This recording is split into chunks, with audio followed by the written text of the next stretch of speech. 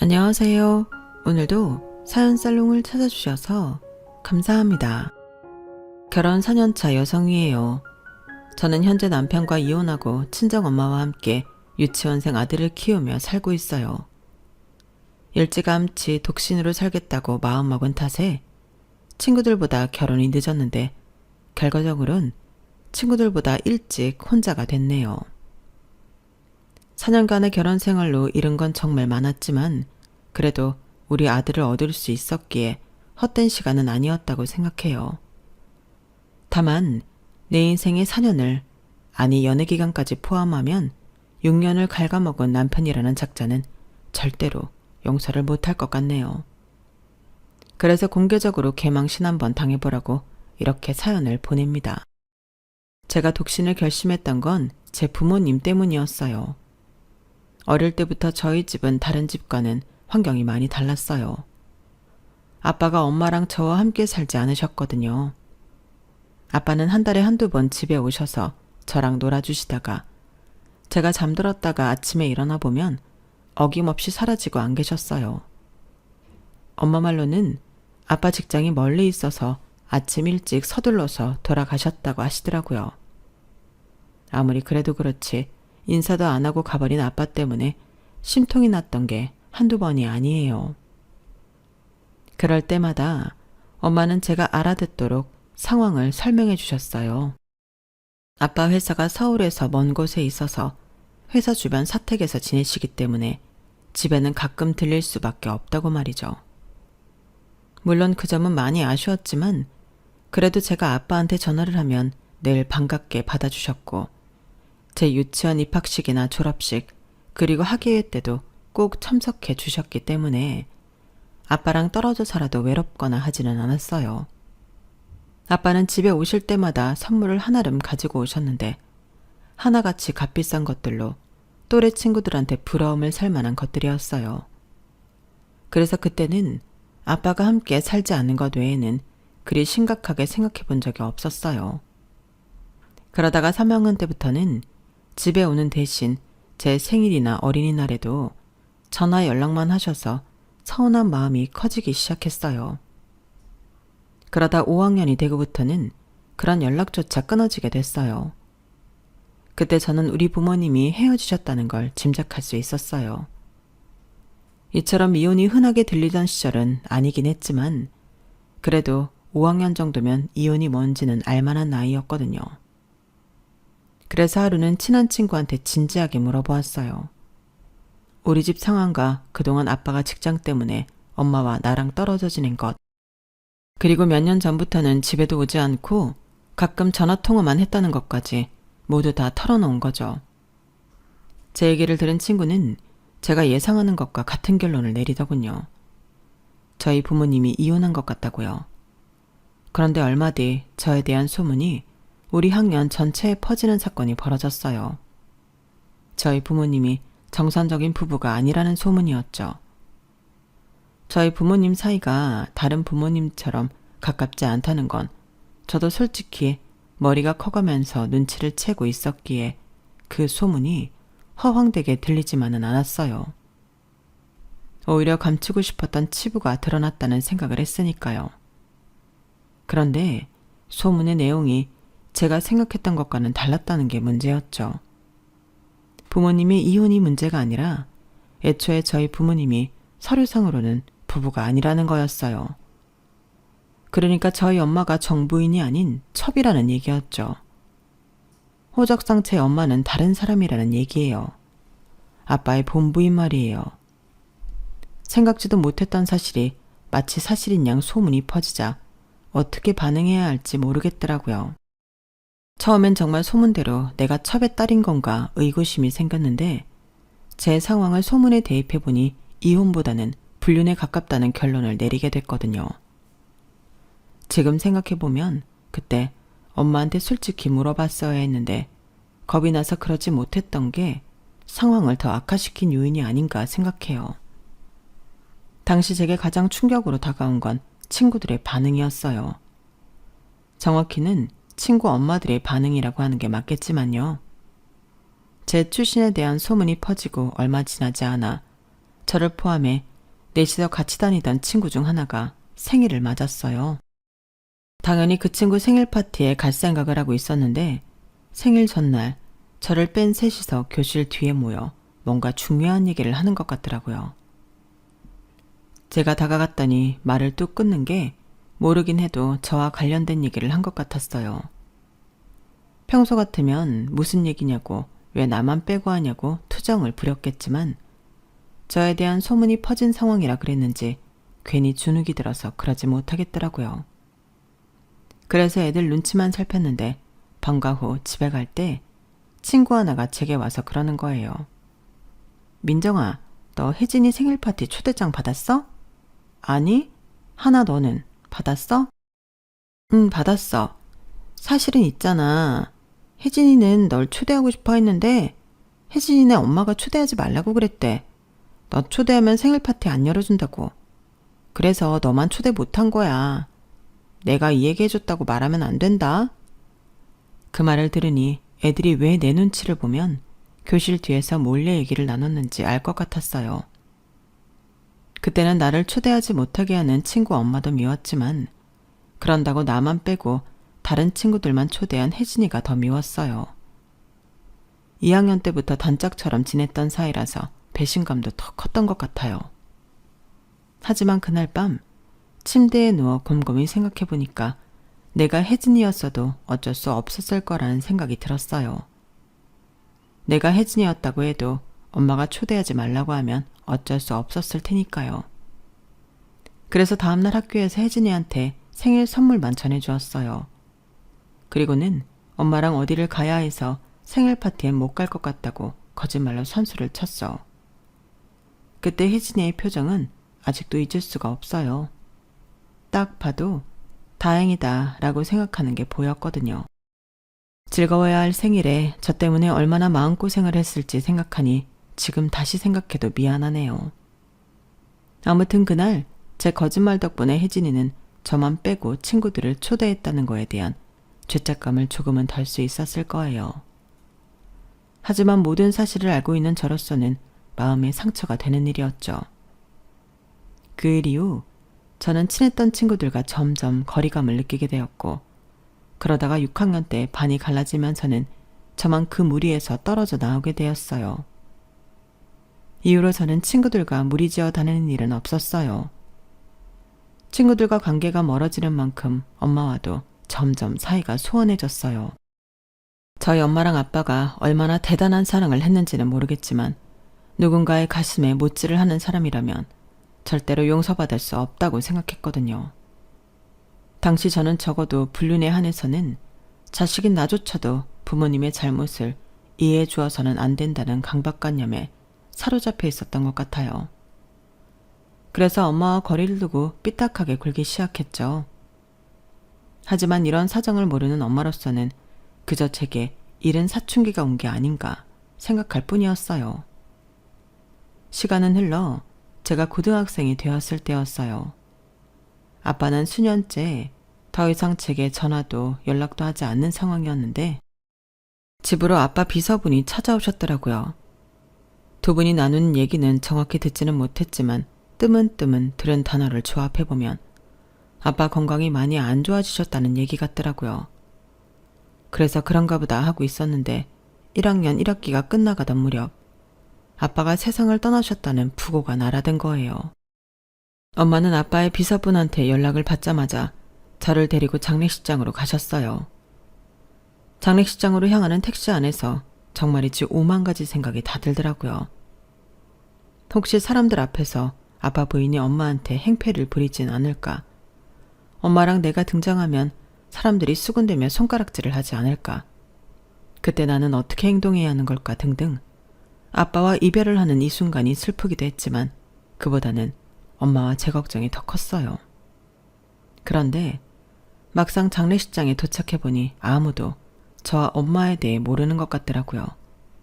아니, 신경도 안 썼다고 하는 게 맞을 거예요.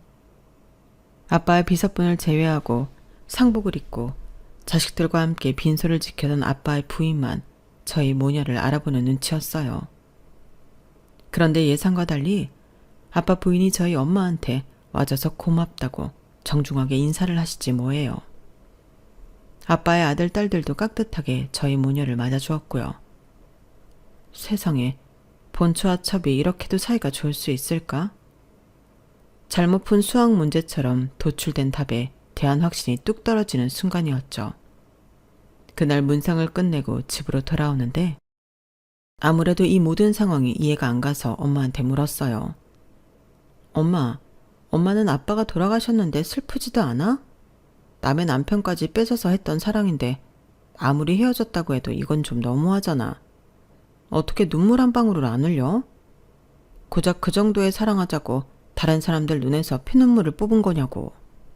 설마 모든 게 나를 위한 일이었다고 말하려는 거 아니지? 난 오늘 엄마를 보고 정말 실망했어.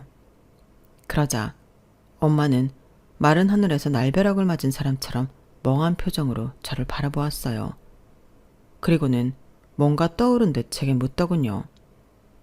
민정아, 너 혹시 윤 회장님을 네 아빠라고 생각하는 거야? 엄마가 윤 회장님이랑 불륜이라도 저질러서 널 낳았다고 생각하는 거냐고. 아니 세상에 어떻게 그런 생각을.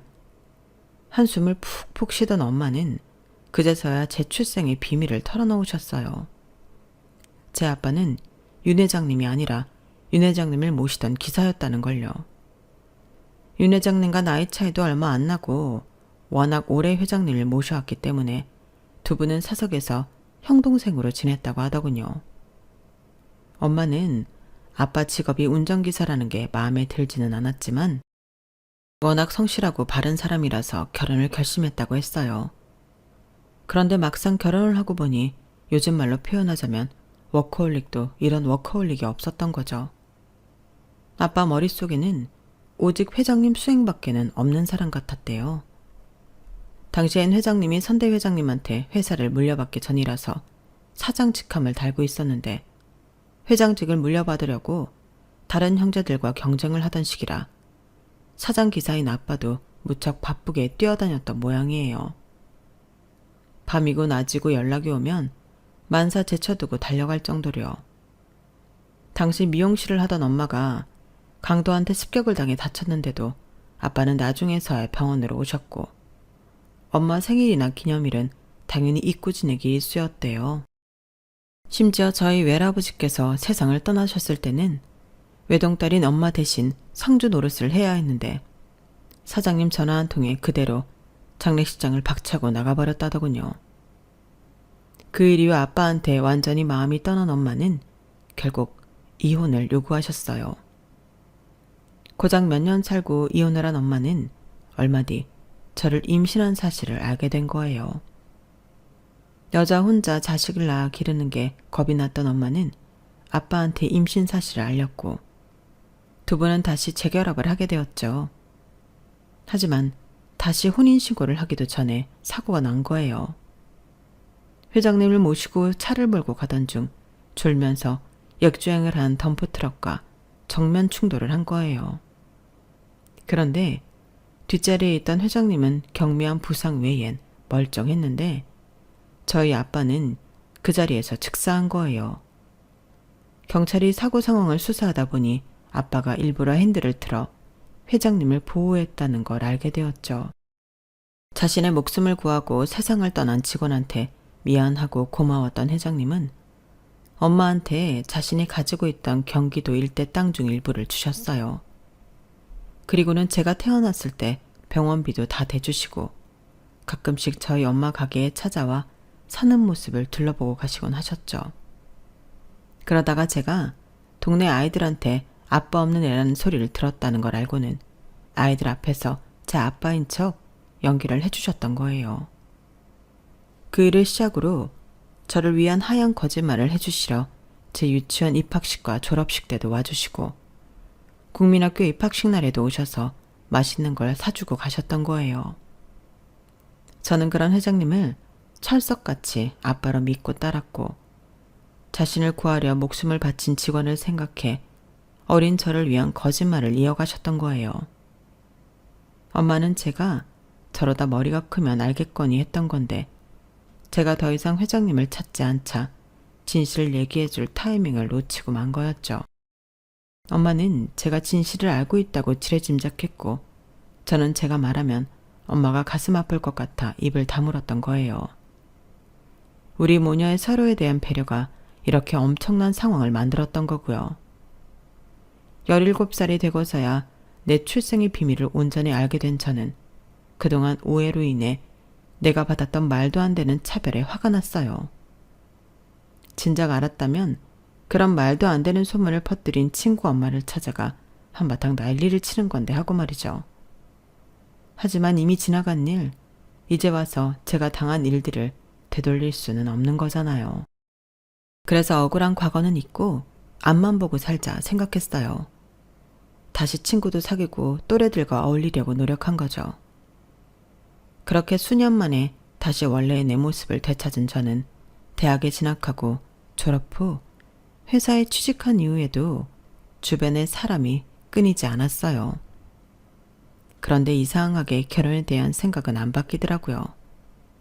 엄마가 불륜으로 나를 낳았다고 착각을 했던 때 가졌던 독신의 꿈이 진실을 알고 난 후에도 바뀌지 않는 거예요. 굳이 결혼을 해야 하나?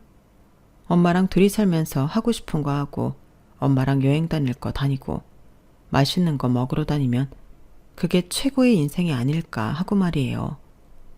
그러다 보니 30이 넘도록 싱글로 지내게 되었죠. 그렇다고 연애를 안 했던 건 아니에요.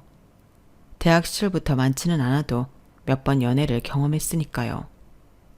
하지만 헤어질 때마다 결혼까지 안 하길 잘했다는 생각에 안도했던 것 같아요. 그런데 사람 인생 모르는 거라고 이런 제가 결혼을 꿈꾸게 되는 상대를 만나게 됐지 뭐예요. 그 사람이 바로 지금의 제 남편이었어요.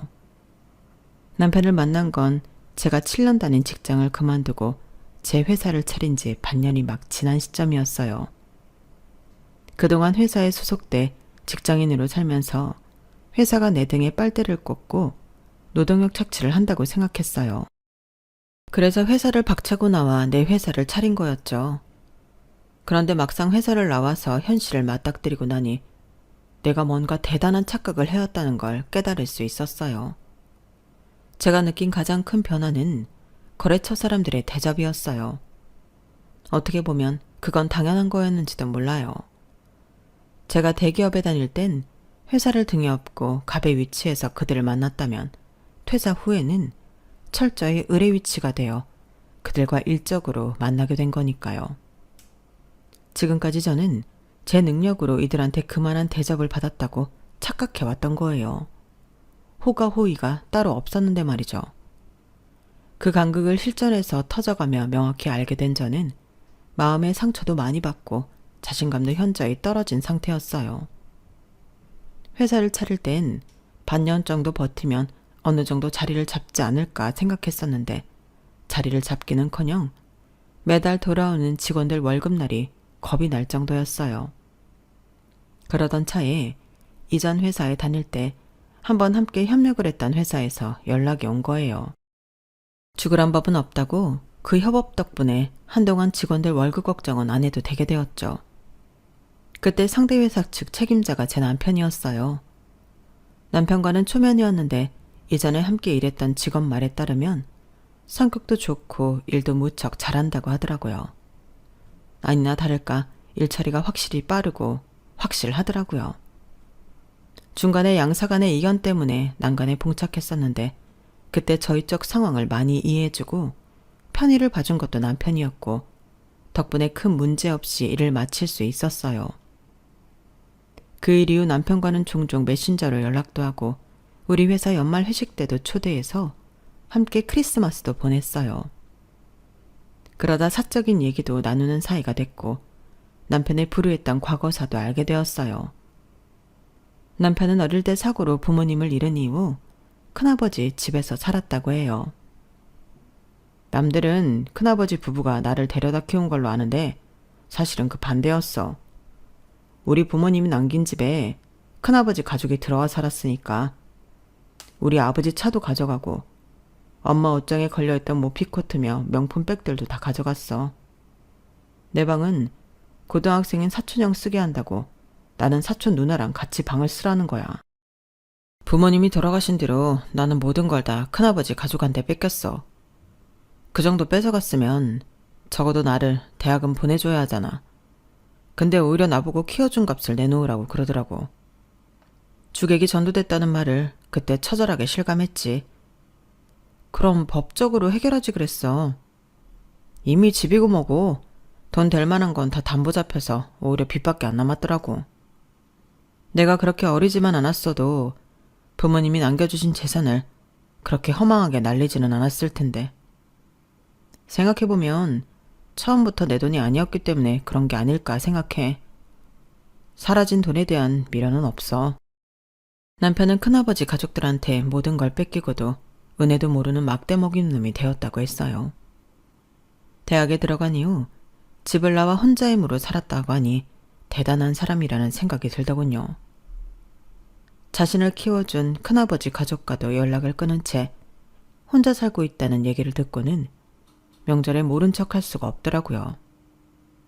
그래서 명절에 저희 집으로 불렀는데 사람이 넉살이 좋은 건지 어쩐 건지 저희 엄마를 대하는 모습이 마치 아침에 출근하고 집을 나서던 아들처럼 살갑게 굴지 뭐예요. 저희 엄마도 남편의 그런 넉살이 마음에 드셨는지 아들처럼 이것저것 먹이시느라 정신이 없으셨어요. 두 사람은 그날 처음 만났음에도 불구하고 마치 십수년을 알고 지낸 사람들처럼 죽이 잘 맞았어요. 어릴 때부터 엄마랑 둘이 외롭게 살아와서 그런지 그 모습이 참 보기 좋더라고요. 사실 엄마랑 저는 둘이 있을 때 그리 대화가 많은 편은 아니거든요. 그런데 그 사이에 남편이 끼니까 집안에 웃음이 끊이지 않고 따뜻한 온기가 가득한 기분이었어요. 그런 상황에 남편의 한마디가 제 걱정을 한 방에 날려버린 거예요. 난 결혼하면 처가에 들어가서 장모님 모시고 살고 싶어.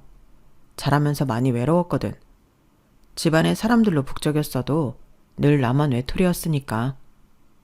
외로움이라면 진저리가 나거든. 사위도 자식이라는데 장모님 모시고 사랑받으면서 아들처럼 살고 싶어. 제가 일찌감치 결혼을 않겠다고 못을 박아두었던 가장 큰 이유가 실은 엄마였어요.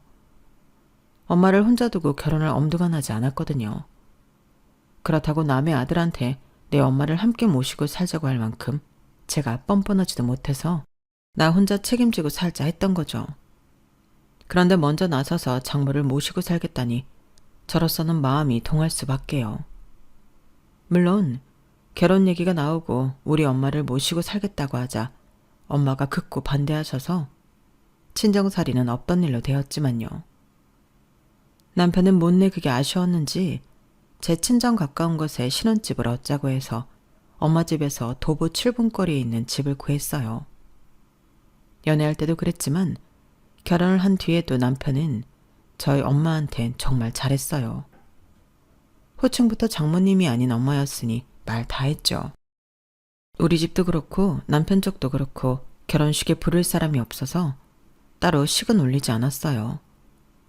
그랬더니 엄마가 많이 아쉬워하시더라고요. 일생에 한 번뿐인 결혼인데 웨딩드레스 한번 못 입고 끝내는 게 안 됐다고 그러시더군요. 그래서 웨딩 촬영에 돈을 좀 들여서 스튜디오 촬영이랑 야외 촬영 두 가지로 진행했어요. 엄마가 원하시는 웨딩드레스는 여러 종류 입어가며 찍었죠. 사진을 찍으면서도 이렇게 힘들고 귀찮은 걸 왜 해야 하는지 이해가 안 갔지만 사진을 보고 흡족해 하시는 엄마를 보니 그래도 찍기를 잘했다는 생각이 들었어요.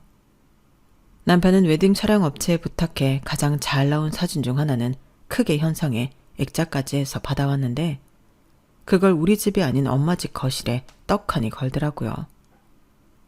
30년 넘게 끼고 살던 딸이 하루아침에 집 떠나 살게 됐는데 장모님이 얼마나 외로우시겠냐면서요.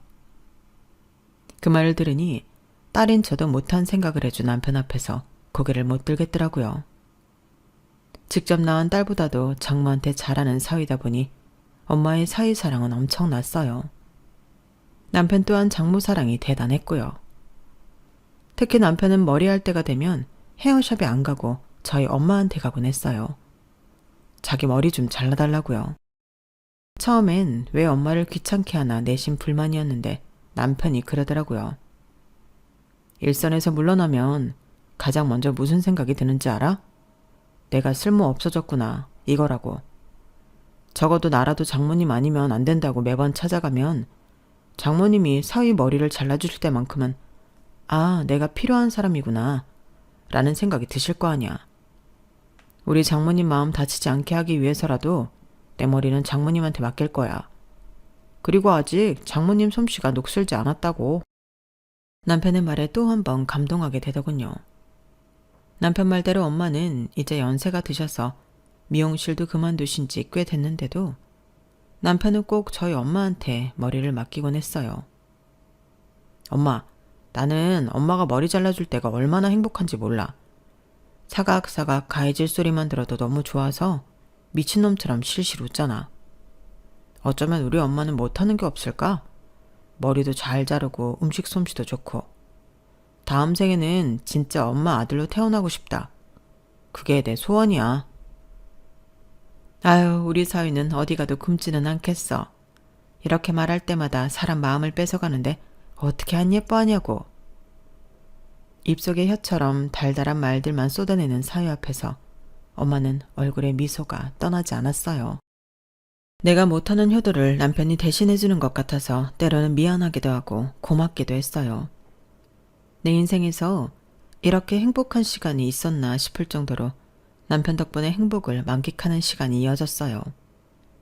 그런데 그때 불청객이 찾아온 거예요. 회사로 찾아온 남자는 자신이 남편의 사촌 형이라고 했어요.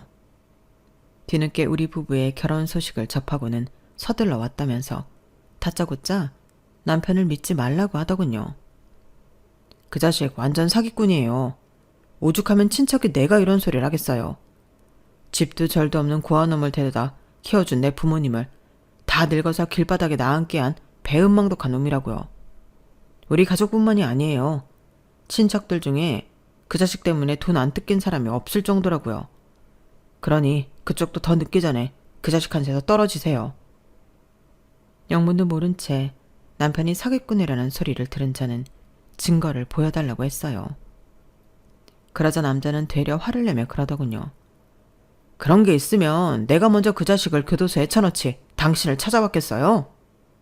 순간 그 말에 내가 뭐하러 이런 사람을 상대하고 있는 건가 싶더라고요. 결혼 전에 남편한테 들었던 말에 따르면 엄연히 내 남편이 피해자인데 말이죠. 그래서 뒤도 안 돌아보고 사무실로 돌아왔어요.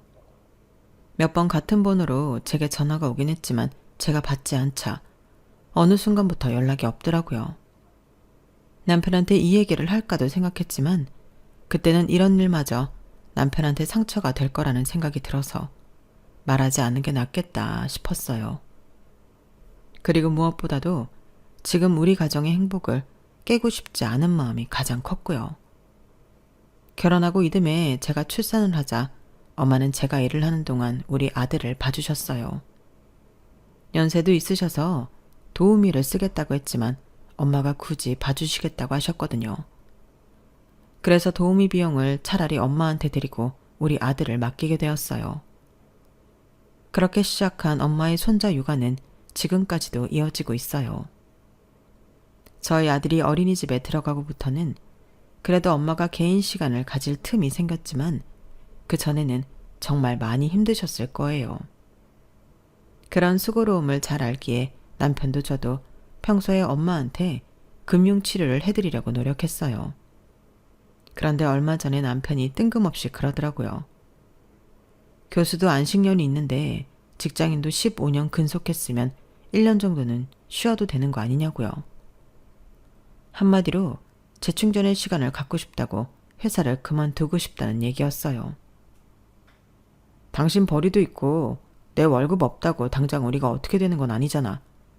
딱 1년만 쉬고 다시 취직할 테니까 나한테 안식년 좀 주라. 어? 사실 제가 버는 돈에 비하면 남편 월급은 그리 많은 편은 아니었어요. 게다가 본인이 그렇게 원하는데 매정하게 안 된다고 할 수는 없어서 그럼 1년 동안 마음껏 쉬고 다시 일하라고 했어요. 그때까지만 해도 남편이 일을 그만두면 집에서 늦잠 자고 빈둥거리기만 할 줄 알았거든요. 그런데 웬걸. 직장 다닐 때만큼이나 규칙적이고 부지런하게 살더라고요. 엄마한테 맡겼던 우리 아들도 자기가 어린이집 등하원까지 시키고 말이죠. 그뿐인가요? 제가 일하러 나가 있는 동안 엄마 집에 가서 하루 종일 지내고 오더라고요. 비가 오면 엄마랑 김치 부침개를 부쳐 먹고, 김치 담근 날은 수육 삶아서 막걸리 한잔하고, 장모 치매 예방해 준다고 화투판 버리다가 돈 몇백 원에 장모와 사이가 투덕거리기도 하고, 누가 봐도 참 재미있게 지내더라고요. 딸인 제가 다 부러울 정도로요. 그러던 어느 날이었어요. 주말이라 남편은 아침 일찍 운동을 나가고 저는 늦잠을 자고 있었는데 엄마가 찾아오셨더라고요. 얘, 너 캐리어 있지? 나 그거 좀 빌려다오. 캐리어? 그건 왜?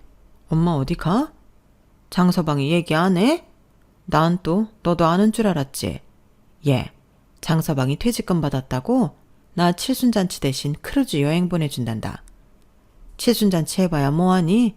맨날 보는 사람들 만나서 밥 먹는데 수백씩 쓸 일 뭐 있냐고. 정말 그이가 크루즈 여행 보내준다고 했어? 그게 꽤 비쌀 텐데. 비싸지. 수영장이니 노래방이니 심지어 댄스홀까지 갖춘 초대형 배 타고 열흘 넘게 여행하는 건데. 장서방이 그러는데 배 안에 각국 언어를 하는 직원들이 있어서 나처럼 영어 못하는 노인들도 아무 문제 없다더라고. 안 그래도 저번부터 문화센터 사람들이 크루즈 여행 같이 가자고 그랬었는데 그게 한두 푼 아니. 우리 시우도 봐야 하고. 그래서 안 된다고 했는데 사위 덕분에 내가 말년에 호강한다. 저한테는 말도 없이 장모 크루즈 여행을 예약한 남편이 좀 의아하긴 했어요. 우리 엄마한테 잘하는 거야 늘상 있는 일이라서 그런가 보다 하겠는데 수백만 원이 드는 일을 말없이 혼자 결정했다니까 기분이 썩 좋지만은 않았거든요. 운동에 돌아온 남편한테 얘기를 했더니 자기가 정신이 없어서 깜빡했다며 대수롭지 않게 넘기더라고요. 따지자 들면 따질 수 있는 일이지만 이게 다 내 엄마를 위해 벌인 일이라서 더 뭐라고 따지게도 그랬어요. 그때 조금 더 남편을 추궁했어야 하는 건데 그러지 못한 게 후회되네요. 그렇게 여행 출발 날짜는 다가오고 엄마는 잔뜩 기대감에 부풀어 있었어요. 그런데 뒤늦게 엄마가 가게 된 크루즈 여행 상품을 확인해 보니 한국에서 출발하는 게 아니라 외국에서 출발하는 상품이더라고요. 그곳까지 항공기를 타고 가야 하는데 어이없게도 인솔자가 따로 없는 상품이었어요. 놀라서 여행사에 문의를 했더니 엄마와 함께 여행을 떠나는 일행분들은 인솔자 포함 패키지를 예약하셨고 저희 엄만 크루즈 여행 단독 상품이 예약돼 있다고 하더라고요. 남편한테 이게 어떻게 된 거냐고 물었더니 그분들은 몇 달 전에 미리 예약한 분들이라 패키지로 예약이 가능했는데 장모님은 이미 시간이 촉박해서 패키지 상품은 끝나고 단독 상품밖에 안 남았더라고. 그래서 그냥 해외 크루즈 선착장까지는 내가 모시고 가려고 그랬지. 뭐가 문제야? 내가 발품 좀 팔면 되는 건데 당신도 알다시피 나야 남는 게 시간인 사람 아니야. 이참에 나도 바람 좀 쐬고 좋지 뭐. 자기는 회사 때문에 시간 내기 그렇지? 그나저나 시우는 어떻게 해야 하나? 내가 애까지 데리고 가서 어르신들 인솔하긴 벅찬데. 여보, 시우는 당신이 맡아줄 수 있지? 상황이 상황인지라 인솔 문제로 수백만 원의 여행 비용을 날릴 수 없어서 아이는 제가 보겠다고 말했어요. 여행 당일이 되어 엄마와 일행들은 인천공항에서 만나기로 했고 드디어 출발하는 날이 되었어요. 남편과 엄마는 아침 일찍 공항으로 향했어요. 저는 아이 유치원 등원 시간이 겹쳐서 집에서 인사를 하게 되었죠. 그렇게 엄마랑 남편이 공항으로 출발하고 몇십 분 뒤 낯선 번호로 전화가 온 거예요. 혹시 업무에 관계된 번호인지 몰라서 받았더니 신혼 때 회사까지 저를 찾아왔던 남편의 사촌 형이더라고요. 이 인간이 왜 또 전화를 했나 싶어 대충 얼버무리고 끊으려는데 혹시 양평에 땅 있어요? 본인 명이 아니더라도 부모님 명이라도요. 내가 업체 알아봤더니 그 자식이 땅 매매하려고 몇 달 전부터 양평 일대 부동산 들락거렸다고 하던데 혹시 집히는 거 없어요? 그 말의 순간 오래전 회장님이 엄마한테 주셨다던 땅이 떠올랐어요. 그리고 이어진 사촌형의 말에 온몸에 소름이 끼치기 시작했어요. 제 남편이 큰아버지의 환심을 사서 집과 땅을 뺏은 과정이 현재 저희 집 상황과 너무 닮아 있었거든요. 그 자식 도박 중독이에요. 회사도 도박비 때문에 그만둔 거고요. 모르긴 해도 그쪽이 아니라면 그쪽 부모님한테라도 그동안 꽤 많은 돈을 뜯어냈을걸요. 그러지 않고서야 수년 동안 당신 옆에 있을 리가 없죠. 그놈은 돈 다 뜯어먹고 더 뺏을 게 없으면 가차없이 버리는 놈이니까. 이번에도 내 말을 못 믿겠다면 당신 남편 회사에 물어보세요. 어떻게 퇴사하게 됐는지. 전화를 끊고 심장이 벌렁거려서 뭘 어떻게 해야 할지 모르겠더라고요. 하지만 한 가지는 명확했어요. 엄마, 내 엄마를 지켜야겠다는 거였죠. 그래서 바로 엄마한테 전화를 했어요. 다행히 엄마는 이제 막 공항에 도착해 해단항공 카운터로 가는 중이더라고요. 엄마, 내 말 잘 들어? 지금 화장실 간다고 말하고 근처 여자 화장실로 들어가. 그 애한테는 배탈이 난 것 같다고 말해. 내가 시켰다고 말하지 말고 나도 지금 그리로 갈 테니까 경찰이 갈 때까지 절대 거기서 나오지 마. 알았지? 밖에서 그 이가 뭐라고 하든 절대 따라가면 안 돼. 엄마한테 신신당부를 하고 바로 경찰에 신고했어요. 그리고는 아이를 맡기고 바로 공항으로 달려갔죠. 공항에 도착해보니 먼저 도착한 경찰이 남편으로부터 엄마의 신변을 보호하고 있더라고요. 영문을 모른 채 이게 무슨 일이냐고 묻는 엄마를 보니 눈물이 왈칵 쏟아졌어요. 엄마의 이런 반응과 달리 남편은 이미 어떻게 된 상황인지 아는 눈치더라고요. 경찰 조사를 하던 중 알게 된 건데 그동안 남편이 저 몰래 엄마한테 우리의 양육비를 받아서 쓰고 있었더라고요. 말로는 엄마한테 주식 투자를 해주겠다고 받아갔다지만 남편은 그 돈을 모조리 도박에 써버렸더라고요. 퇴직금도 도박비 갚으랴 다 쓰고 더는 돈 나올 구멍이 없자 엄마 집을 뒤져 돈 될 만한 걸 찾던 남편은 땅 문서를 발견한 거예요. 수십 년 전과 달리 어마어마하게 오른 땅값에 남편은 이번 계획을 준비하게 된 거죠. 크루즈 여행 중에는 휴대폰도 터지지 않는 망망대해를 여행하게 된다는 사실에 이거다 싶었을 거예요. 엄마를 크루즈에 태워보내고 엄마 인감도장을 이용해 땅을 매매할 생각이었던 거죠. 한국에서는 휴대폰만 있으면 은행 거래며 증명서 발급, 어지간한 개인 증명은 다 된다는 걸 이용했던 거예요. 엄마한테는 어차피 터지지도 않는 폰이니 자신이 가지고 있겠다고 하면 그만이니까요. 정말 쓰레기 같은 놈이었어요. 재판에 회부된 남편은 처음부터 사기를 목적으로 저랑 결혼을 했다고 털어놓았어요. 그런데 저희 엄마가 자신을 너무 아껴주시는 바람에 자기도 이제 손을 씻고 제대로 살아볼 결심을 했었다고 하더군요. 하지만 도박 중독은 그런 결심마저 무너뜨리게 했고 씻을 수 없는 죄를 짓게 만든 거예요. 현재 남편은 저와는 이혼한 상태로 교도소에 수감 중이에요. 저희 엄마한테 했던 것 때문에 실형을 살게 된 건 아니고 이전에 버린 큰아버지 건으로 소송을 당한 게 실형 판결이 나와서 그렇게 된 거였죠. 정말이지 지금도 남편을 생각하면 욕밖에 안 나와요. 그런데 함께 살았던 지난 4년의 시간을 떠올려 보면 어이없게도 행복했다는 생각이 들기도 하네요. 무엇보다 저희 엄마가 많이 웃고 지낸 시기였거든요. 엄마가 그러시더라고요. 사기꾼 놈한테 돈 뜯겼다고 생각하지 말자. 그래봤자 마음만 다치니까. 우린 그냥 지난 4년 그 돈 주고 행복을 샀다고 생각하자. 따지고 보면 그리 미치는 것도 아니잖니. 엄마 말대로 우리 모녀는 지난 4년간 돈으로 행복을 샀던 건지도 모르겠네요. 하지만 이건 어디까지나 저희 모녀의 정신승리인 거고 죄를 지은 놈은 죗값을 톡톡히 받아야 한다고 생각합니다. 그래야 다시는 저희 모녀 같은 피해자가 생기지 않을 테니까요. 지금까지 제 사연을 들어주셔서 감사합니다. 주변의 좋은 분들과 항상 건강하시고 행복하시길 바랍니다. 안녕히 계세요. 여러분, 사연 댓글에 응원과 현명한 조언 부탁드려요. 좋아요와 구독은 저에게 큰 힘이 됩니다. 오늘도 좋은 일 가득하세요.